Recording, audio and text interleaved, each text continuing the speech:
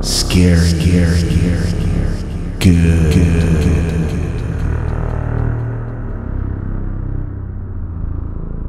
Hey, this is your old pal Bigfoot, or really this is Peter being channeled through the Monkey Man here. A lot of people think comedy is the unexpected, and some people think that's the essence of horror too. There's a very old sentiment that comedy and tragedy are the same thing, told from different perspectives. A guy slipping and falling can get a chuckle, but when his family becomes homeless because they can't pay his hospital bills, very few are still laughing. Since horror is a kind of tragedy, at least most of the time, it makes sense that this mirroring would occur here as well. It's also why there's often so much comedy in horror, at least traditionally. Gilda Radner is supposed to have said that comedy is, quote, hitting on the truth before the other guy thinks of it, unquote. So maybe horror is hitting on the truth that people don't want to admit or think about. This might explain why some people laugh at horror movies, and others get horrified and offended over comedy. Both speak to things normally left out of polite discussion. I have a weird background in comedy writing, cartooning, interviewing, covering music, and creating my own fake cartoon band. I'm old, in my 50s, so I've had a long time to do weird things, like in the early 80s, I worked on the Cannibalistic Humanoid Underground Dwellers movie and got to help make the Monster Hands. In the late 1980s, I drew a poster for a Joey Ramone concert and some t-shirt ideas for the Ramones. In the early 1990s, I developed cartoon ideas at Jumbo Pictures and Nickelodeon and became friends with John A. Keel, the legendary author of The Mothman Prophecies. I also used to ghostwrite for a guy who won an Emmy, and he won some other kind of award since then, I forget. He would make $1,000 a page back then, and he'd pay me $100 to actually write it for him. I can write comedy faster than most. In the mid-1990s, I started a local cable access TV show with 2 interns who followed me home, and we debuted performers such as Amy Poehler when she first came here from Chicago. In the 2000s, I was an early YouTuber starting various channels where I had a number of million-view videos back when it was the Wild West around here. After that, I started a fake cartoon girl band like my own Josie and the Pussycats, and Gerald Casale from Devo personally tweeted to us demanding we record a specific song of his. I'm working on a music video for that song now, finally.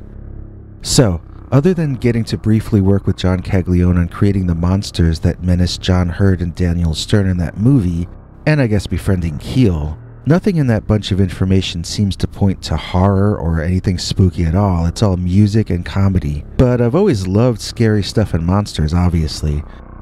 When I'm working on visuals, I like to listen to things. Sometimes I like to listen to old radio shows. I've pretty much heard every horror radio show I know of on YouTube. So after a while, I started discovering people reading scary stories. That's how I became aware of the genre.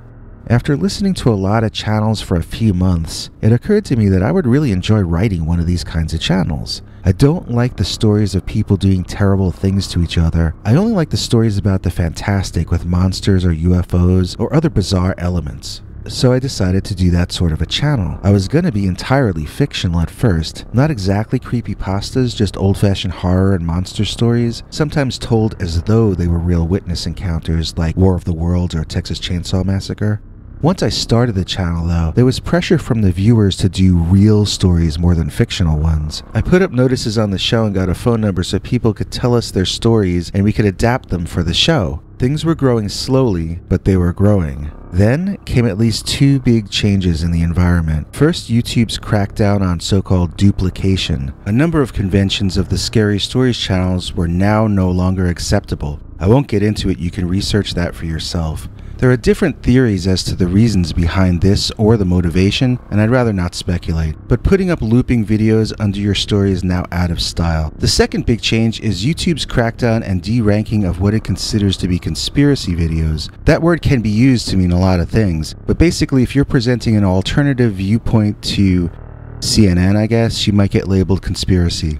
Putting up a video that you say presents proof of Dogman could get you de-ranked. Insisting the story you present is true without overwhelming evidence could get you in trouble. On top of all of this, we have the looming specter of the European Union's heinous Article 13, which even YouTube itself has campaigned against. When you look into that, you'll understand YouTube's fear of a flood of copyright infringement complaints killing its entire system. I recently spoke online briefly with a Scary Stories YouTuber, who I won't name, that has over 1,000 subscribers but can't get monetized. I asked them if they were told why, and they basically told me what I just told you, although in fewer words. Getting into it now, you need to be thinking of a visual presentation and not just reading stories. Also, reading public domain stories without adding something significantly new about your version can sometimes be seen as duplication as well, so it's better to have original stories. We've seen some high-quality documentary channels go down recently, so telling true stories is not a good strategy right now. Another thing is that looking too much like other channels can get you demonetized. So, I'm guessing that the best way to attempt to proceed doing a spooky channel in 2019 is to A. do all original material, B. have an online host or avatar or someone, C. lean toward fiction and away from allegedly true stuff, and D. create your own background, sound effects, and music. As far as sound effects and music, use YouTube's audio library or create your own. As for their music library, never use the pieces that demand credit because, and I learned this from experience, sometimes the ones that demand attribution are not legal in all countries. Stick to either your own or clearly public domain music already approved by YouTube. As for public domain video or audio background material found on other sites, I would advise not using it unless you are altering it significantly. There are a number of companies right now using all the public domain video in their own videos, then claiming copyright on the public domain. They are making false claims on YouTube videos and demanding ownership of your creations if they have even a few seconds of a public domain video that you legally do have a right to use. YouTube will side with the one claiming copyright, so you would then literally need to go to court to reestablish the video as public domain. So just make your own backgrounds, I'm telling you. Now, on this channel, we're expanding to include all the animation related things that I do. In my imagination, all these characters I create all know and work with each other. I have 3D sets I've put together of the imaginary TV and recording studio that we make our Scary Stories shows and are those American Girls albums from. Really, I'm doing it all myself on 2 computers with the help of some great performers. Speaking of which, Madeline Starr returns this week, I hope, and she's going to host the Scary Stories show for a while. I hope eventually to have her back reading stories, but for now at least, she's going to be our Rod Serling and introduce the shows. Then we're introducing new shows of various genres, mostly having to do with scary stuff. Like the one I'm most excited about stars Colleen Great in an animated version of those cryptid hunting reality shows. That's a lot of work, but I'm in the middle of it right now, and so far it looks pretty cool. Since it's time for change, I'm just going to do 1 or 2 episodes of each of the ideas I have and see what it makes sense to do at that point. I'm basically taking each week at a time and gonna be experimenting. We'll also be putting our new Those American Girls videos here just to keep all my animated work in one place. When the dust clears a little, I'll like to do a new channel greeting video with our news announcer character, who is actually voiced by an Emmy Award-winning news lady for real. I'm hoping to have that online by March, I guess.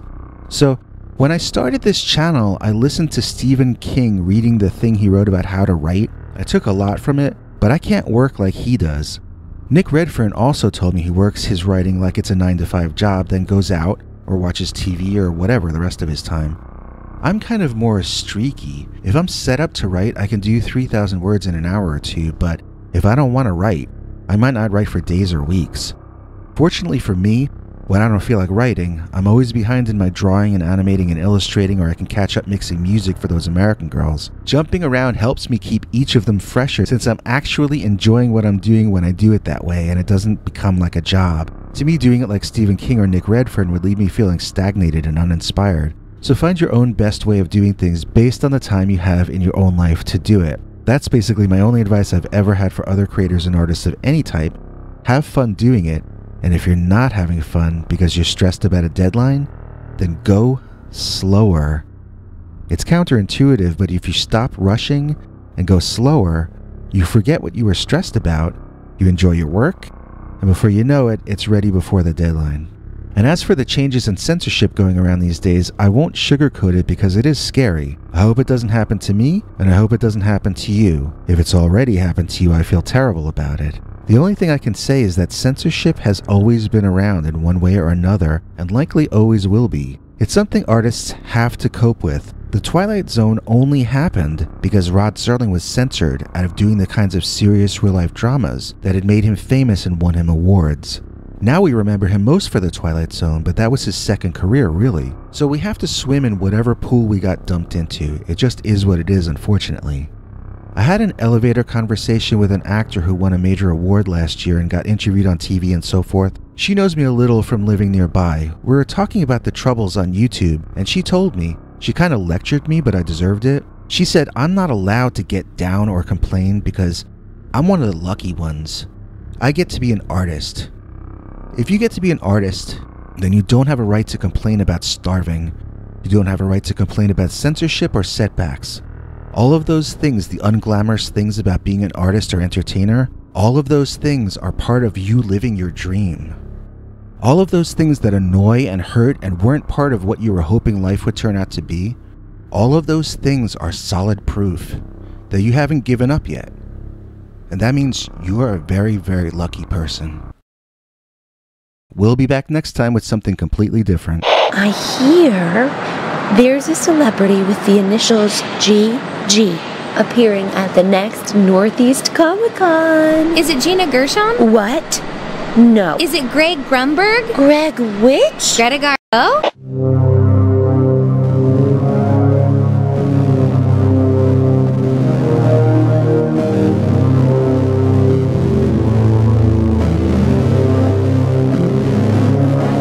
Come back for more scary stories.